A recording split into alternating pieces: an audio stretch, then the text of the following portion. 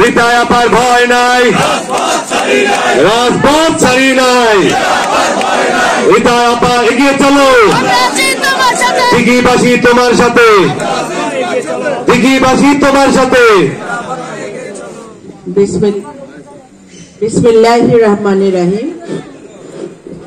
আজকে দরবার শরীফের সম্মানিত সভাপতি, উপস্থিত মানিকগঞ্জ জেলা বিএনপি ও অঙ্গ সংগঠনের সর্বস্তর নেতৃবৃন্দ, উপস্থিত দিঘি ইউনিয়নের সর্বস্তরের নেতৃবৃন্দ, সর্বোপরি উপস্থিত কয়রা গ্রামের এলাকাবাসী, মুরব্বিয়ানগণ এবং সম্মানিত ভক্তবৃন্দ, আসসালামু আলাইকুম।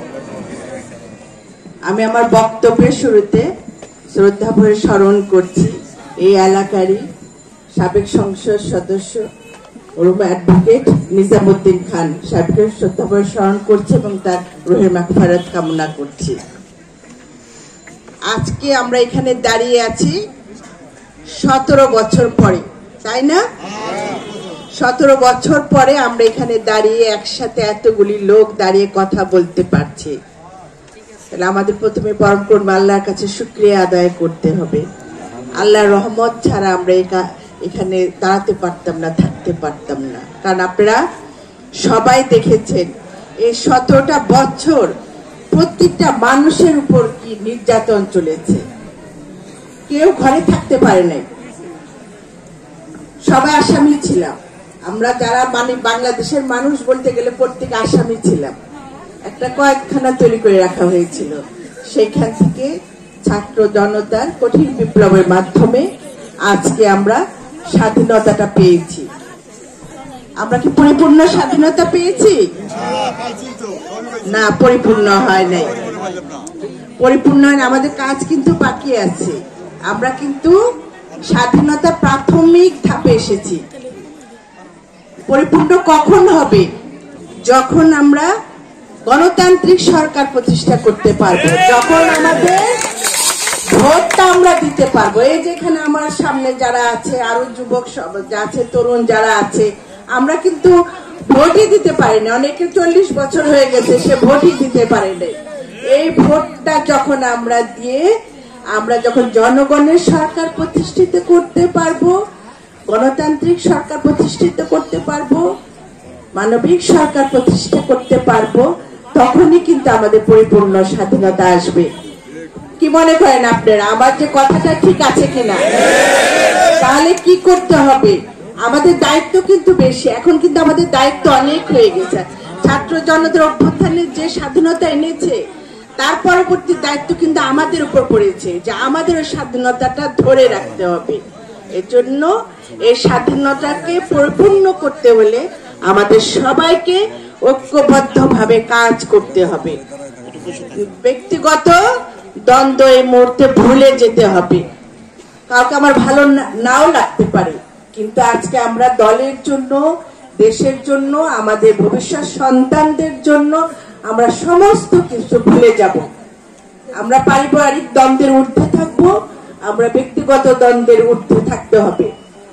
একটা বড় কিছু পেতে হলে আমাদের অনেক ছোট ছোট কষ্ট, দুঃখ, কষ্টগুলি স্যাক্রিফাইস করতে হবে। তাই এখানে এলাকাবাসী যারা আছেন, নেতাকর্মী যারা আছেন, সবার প্রতি অনুরোধ থাকবে আপনারা আপনাদের সমস্ত কিছু ভুলে যে এই ধানের শীষের জন্য এক হয়ে কাজ করেন। কারণ আপনারা দেখছেন আমাদের ভারপ্রাপ্ত চেয়ারম্যান মহোদয় জনাব তারেক রহমান আপনাদের ঐক্য আনার জন্য, আপনাদের ভিতরে ঐক্যবোধ আনার জন্য কিন্তু উনি বারবার কাজ করে যাচ্ছেন। এবং তার বার্তা কিন্তু একটাই দেয়, সংবাদ যেটা আমাদের পৌঁছাচ্ছে, সেটা হলো মানুষের কাছে যেতে হবে। কারণ এই দলটা হলো মানুষের দল, জনগণের দল, জনগণের কল্যাণের দল, দেশের কল্যাণের দল। আমাদের মানুষের কাছে যেতে হবে, মানুষকে বোঝাতে হবে যে আমরা তোমাদের পাশে আছি। আমরা প্রত্যেকটা লোক এখানে যারা আছি, এলাকাবাসী আছি, নেতা কর্মী আছি, আমরা এক একজন ধানের শীষের সৈনিক হয়ে যাব, ধানের শীষের কর্মী হয়ে কাজ করবো। আমরা আমাদের নিজেদের এই মুহূর্ত থেকে আমরা ভুলে যাব আমরা নেতা না, আমরা সবাই কর্মী হয়ে কাজ করতে হবে আমাদের। আমরা যদি কর্মী হতে পারি তাহলে কিন্তু আমরা আমাদের লক্ষ্যে পৌঁছাতে পারবো। যদি আমাদের ভিতরে নেতার মনোভাব থাকে, আমরা কিন্তু আমাদের লক্ষ্যে পৌঁছাতে পারবো না। আমরা প্রত্যেকটা মানুষ আজকে আমরা দেখছি যারা পিছনে সামনে যারা আছি পিছনে যারা আছি সবাই আমরা কর্মী হয়ে আমরা আগামীর জন্য কাজ করব। কারণ আপনারা চাচ্ছেন আপনাদের এলাকার উন্নয়ন হতে হবে, আপনাদের শিক্ষা প্রতিষ্ঠানে উন্নয়ন হতে হবে। আপনারা বলছেন যে 17 বছর ধরে, আসলে 17 বছর না, আমি বলবো অনেক বছর ধরে ঢাকার কাছে থাকা সত্ত্বেও মানিকগঞ্জ কিন্তু সেইভাবে উন্নয়ন হয় না। মানিকগঞ্জে 17 বছরের যে উন্নয়নের ধারা আমরা খালি বারবার শুনেছি, সেই ধারার একটা ছোঁয়া তো আমি দেখছি না। আমি তো এখন প্রত্যেকটা জায়গা পূজা মণ্ডপের সময় থেকে শুরু করে প্রত্যেকটা জায়গায় এখন যখন যাচ্ছি, উরসের প্রোগ্রামে যাচ্ছি, যেখানেই যাচ্ছি সেখানেই দেখি সমস্যা। সমস্যার সমাধান কি করলো যারা এত বছর ধরে 17 বছর ধরে এই যে মানিকগঞ্জকে দখল করে রেখেছিল, তারা তাহলে নিজেদের আখের গুছাইছে সবাই। এখন তো আপনারা বুঝতে পারছেন। এখন আপনাদের কাজ হবে প্রত্যেকটা ঘরে ঘরে যে বলতে হবে যে ধানের শীষের জন্য আপনারা পাশে এসে দাঁড়ান, জনাব তারেক রহমানের জন্য পাশে এসে দাঁড়ান, দেশনেত্রী বেগম খালেদা জিয়ার জন্য পাশে এসে দাঁড়ান। তাহলে স্বপ্নগুলি আছে সেগুলি পূরণ করা সম্ভব হবে। আমি একা কিচ্ছু করতে পারবো না, আপনাদের সহযোগিতা আপনাদের আন্তরিকতা সব নিয়ে আমাকে কাজ করতে হবে। একটা দেশে উন্নয়ন করতে গেলে সমস্ত লোকের সমন্বয় লাগে, তাছাড়া কিন্তু কোনো উন্নয়ন সম্ভব না। আপনারা আমার বাবাকে জানেন, আমার বাবা চেষ্টা করেছে দেশের মানুষের, বিশেষ করে মানিকগঞ্জ মানুষের জন্য কাজ করে যাওয়া। তার অনেক স্বপ্ন ছিল, সেগুলি সে পূর্ণ করতে পারে নাই। কারণ আমার বাবা যখন ছিলেন তখনও কিন্তু সেই বিরোধী, যখন চলেও গেলেন তখনও কিন্তু এই বিরোধী দলের মধ্যে থেকে চলে গিয়েছেন। তারও মনে অনেক কষ্ট নিয়ে চলে গিয়েছেন যে আমার অনেক কিছু করার ছিল, আমি করতে পারলাম না। তা আমি তার সন্তান হয়ে আপনাদের মাঝে এসেছি। আমার সেই বাবার যে স্বপ্ন সেগুলি যেন আমি আপনাদের দিয়ে পূরণ করতে পারি, তাহলেই তার আত্মার শান্তি পাবে। সে দেশের মানুষের জন্য যেভাবে চিন্তা ভাবনা করে আপনারা এখন আমার বাবার কথা বলেন, তার প্রতি যে শ্রদ্ধা ভালোবাসা আপনারা দেখাচ্ছেন, আমি যেন কিছুটা হলে আমার বাবার মতন আপনাদের হৃদয়ে স্থান নিতে পারি, সেভাবে আমি আপনাদের পাশে থেকে কাজ করে যাব। এখানে আমার মা বোনরা অনেকে এখানে আছেন, আমি মা বোনকে অনুরোধ করবো আপনারা ধানের শীষকে ভালোবাসেন, আপনারা প্রত্যেকটা ঘরে ঘরে যে আপনাদের ধানের শীষের কথা বলবেন। আপনাদের সন্তানদের জন্য কিন্তু ধানের শীষই লাগবে। মানিকগঞ্জের যে প্রবাদ, মানিকগঞ্জের কি প্রবাদ মারা বলেন তো, কি ঘাটি প্রবাদ, মানিকগঞ্জের ঘাটি কি? সেই ঘাটিটাকে আমাদের ফিরিয়ে আনতে হবে।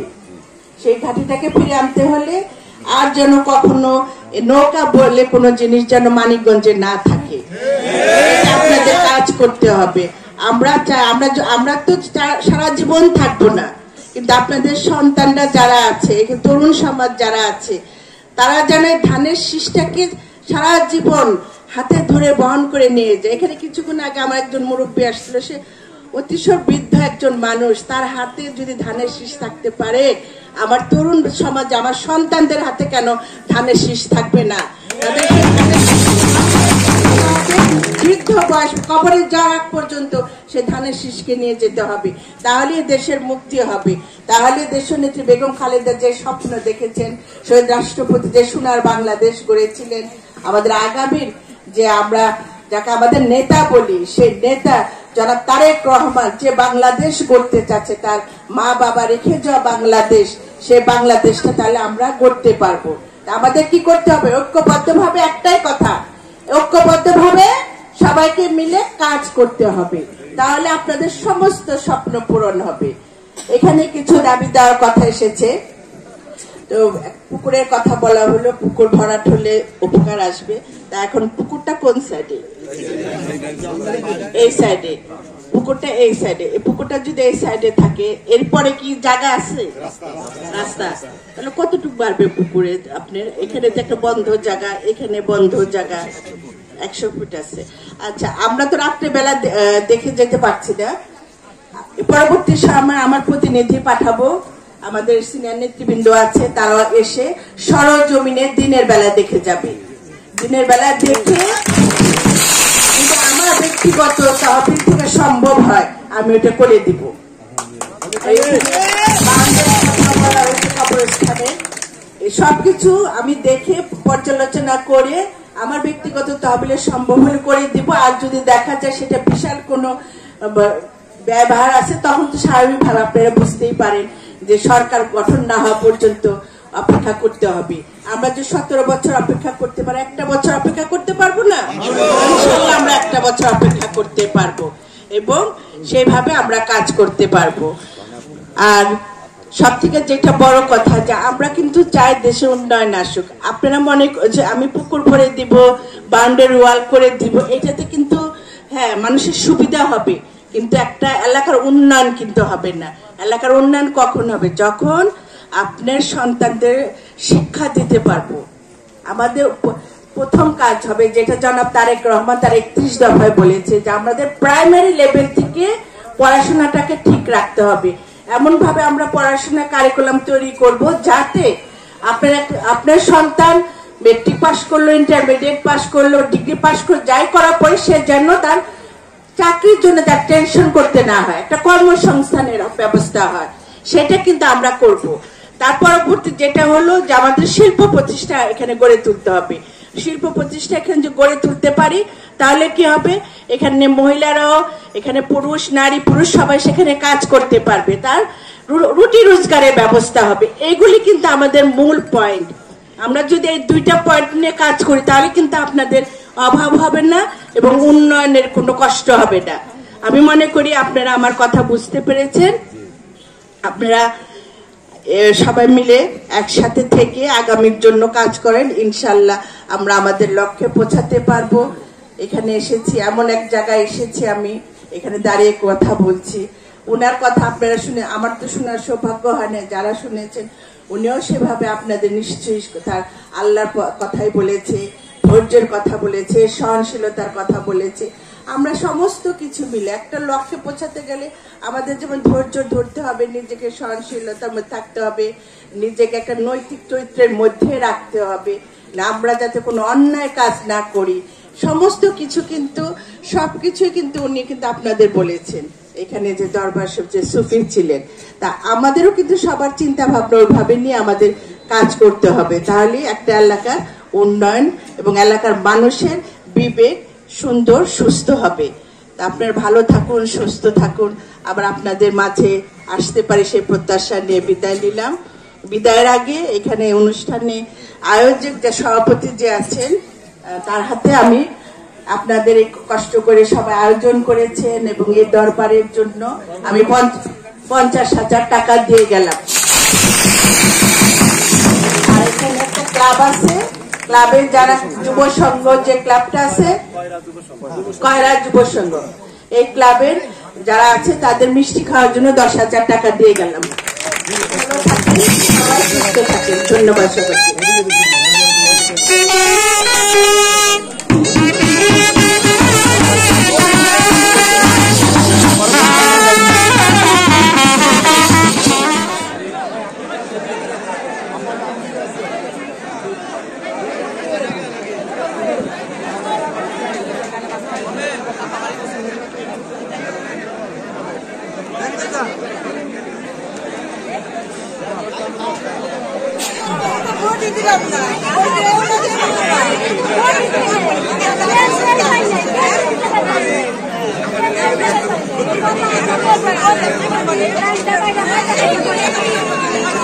সবার